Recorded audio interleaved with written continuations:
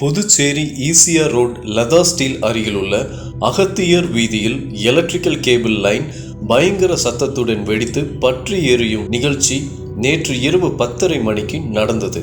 இந்த கேபிள் மின்கசிவு ஏற்பட்டு பற்றி எரிந்த நிலையில் அந்த பகுதியில் வசிக்கும் பொதுமக்கள் செல்போன் மூலம் முகநூலில் பதிவு செய்தனர்.